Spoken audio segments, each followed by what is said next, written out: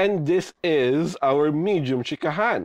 Ito po si Alwin Ignacio, the diva that you love. Kasama ko ang aking kaibigang bonggang-bongga, Glenn si Bongga. Ito po ang The Kitty Show, ang Tarian at Halakayan Showbiz Edition. At ang pag-uusapan natin ngayon is on a very sad note. Kami po dito sa The Kitty Show, kami na aking kaibigang bonggang-bonggang si Glenn, ay nakikiramay sa pamilya, sa mga minamahal, at mga naiwan ng isa sa pinakarespetadong talent managers sa Philippine show business, si Ginoong Leo Dominguez. Marami pong A-lister na talent si Ginoong Dominguez, tulad nila Ogie Alcacid, Paolo Avellino, ni Janine Gutierrez, ni Lovie po, I think also James Blanco, at marami pang iba. So, ito lang nakakaloka. Pati ba naman sa lamay? Kailangan may issue. Huwag naman ganon, mga bakla kayong harot. Kasi po, sa wake ni Ginoong Leo Dominguez, nauna raw pong dumalaw si Paolo Avellino. Tama ba ako, kaibigan Glenn?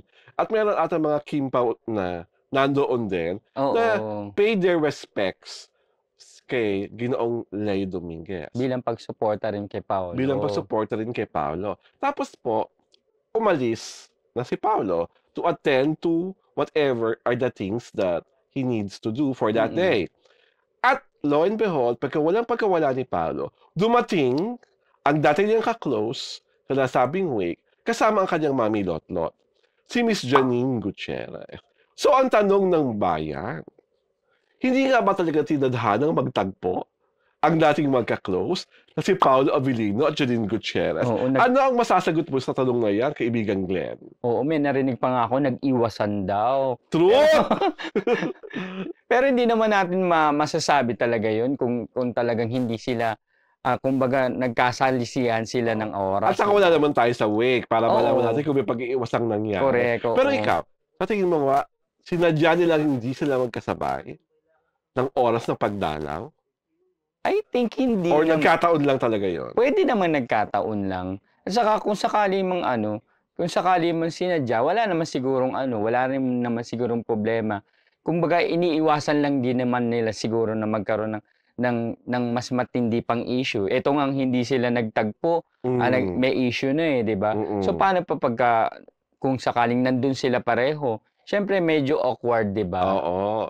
Saka tiyak, pag nandun sila dalawa, handa na mga recording na cellphone. Oo, alam mo na. Pagpapakiramdaman na kung may bebeso ba, may lalapit. Mapapanood mo na yan sa mga reels, sa X, di ba? Diyos ko. Ang hirap rin, ng buhay nila. Yung sobrang high-profile celebrity. Correct, yung supposedly ang pagdalaw sa wake is a very personal and private moment. Na dapat pagrespeto, di ba? Oo. Pero dahil lang sa ganyan, di ba, may mga handang mag-scoop. Correct, oo. Para lang makita ko ano talaga may. Ako natutuwa talaga na hindi sila pinagtagpo.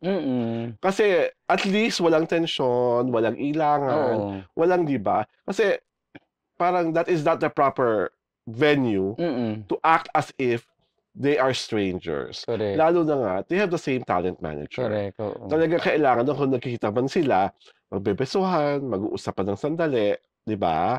So tama na rin na walang ganong nangyari. Sige, go. Pero ang inabangan nga, di ba? Inabangan nga ng lalo na ng mga Kim Pao fans ay kung kasama ba ni Paolo si Kim Chiu, na di ba? Napipay ng last respects kay Ginoong Leo Dominguez. Diba? Kaso wala si Kimi doon. Kasi naman ang lola mo napaka-busy rin, di ba? Yes. O sa importante, sa last 2 weeks lang, makikita nyo pa si Juliana at Victor. At tuwing Sabado at Linggo, makikita nyo si Paolo at si Kim sa What's Wrong with Secretary Kim. Correct. Ayaw nyo pa ba doon? Sa Linggong Pag-ibig, napapanood nyo si Kimi at si Paolo. Correct. Diba? Sari-saring emosyon na ibibigay nila sa atin, di ba? Oo. At pag araw-araw, kung hindi masyadong bisiki, hindi masyadong puyat at pagod, napapanood Napapanood niyo pa siya sa It's Showtime. Plus, Sunday sa Asa, na humahataw in a major Diyos way. ko. Kim, Oo. talagang gusto mo na bang i-remake ang pelikula ni Rosana Roses? Yung Kuratsa, babaeng walang pahinga. Babaeng walang pahinga, correct. Ano bang ginagawa mo at ganyan kakasipag? Oo. Bakit? Parang wala ka namang pangangailangan para magsipag ka ng ganyan. At saka hindi naman niya kailangan bumili na ng notebook dahil dahil binigyan na siya ng notebook ni Paolo. Nakakakilig, nakaka-touch kasi Diba? yung care talaga ni Paolo kay Kim, ganun na lang. Todo. 'Di ba? Yung inalam niya na wala na palang, kumbaga naubos na yung pahina nung sinusulatan ni Kim na notebook. So, for her notes. oo. Paano pag-atake ng kumarite? Correct. Sabi ni Paolo, ako nang bahala sa notebook mo sa susunod. At hindi lang isa, kundi 4 na notebook ang Binigay binigay. talaga. Oo, Diba? diba? That goes to show na talagang sincero si Paolo. Kasi alam niya yung mga little things. Diba? Yung mga ganun, yung mga little Maliit things. na bagay lang yun, pero ikinasaya ni Kim yun. Nasa kayo, the fact that this guy actually remembers Yes. what are your needs is a plus pogi point. Diba? Kaya, huwag na natin itragarin na hindi pagkatagpo ni Paolo at ni Janine. Dahil nga, hindi naman talaga sila tinandahan ng maging sila.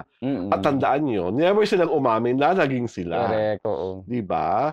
For all we know, dahil nga mahusay na manager si Ginoong Leo Dominguez, pakala niya rin talaga yun. Na, din lang yung tayong lahat na naging sila. Diba? At ako sa akin, basta kami dito sa The City Show, happy po kami sa friendship at kung ano man ang relationship na meron ngayon si Kim at si Paolo. Ang hirap po kasi na may mga ibang tao na parang pinupush silang magmadali. Diba? Pinupush silang umamin na. Correct. Diba? Huwag muna natin silang madaliin. Kasi kung parang hindi hinog sa pilit, Correct. tama ba ako? Oo, tama. Diba? Saka tandaan nyo, may nakaline na pang movie. Correct. Diba? Ano, sino ba yung director na ba yung movie na yun? Wala pa. Hindi ko pa yung detalye nung... Pero sure na may movie, diba? Alam ko niluluto na nga yung Kasi ang daming clamor, diba? Siyempre from Kim Pao fans. At saka sa ibang tao, kita rin naman nila kung gaano kalakas ang Kim Pao ngayon. So, after a successful series, siyempre naman, isang malaking isang bonggang pelikula ang oo. Sana Valentine Playdate. Comes in 3D. Sana Valentine Playdate. Ay, pwede. Di ba? Oo. Kasi riyak bago mag-Valentine, tapos to yung What's Wrong, di ba? Ang saya nun. Tama, maganda yun. Valentine Playdate for a Kim and Paolo movie. Ay, how exciting. Kasi November, di ba? Di ba? Cut din yun exciting times ahead are coming and forthcoming sa tambalang Kim at Paolo Avellino. Dahil dyan, ito po si Alwin Ignacio, the diva that you love. Kasama ko ang kaibigang bonggang-bongga, Glency Bongga! Ito po ang The KT Show, ang taray na talakayan Showbiz Edition.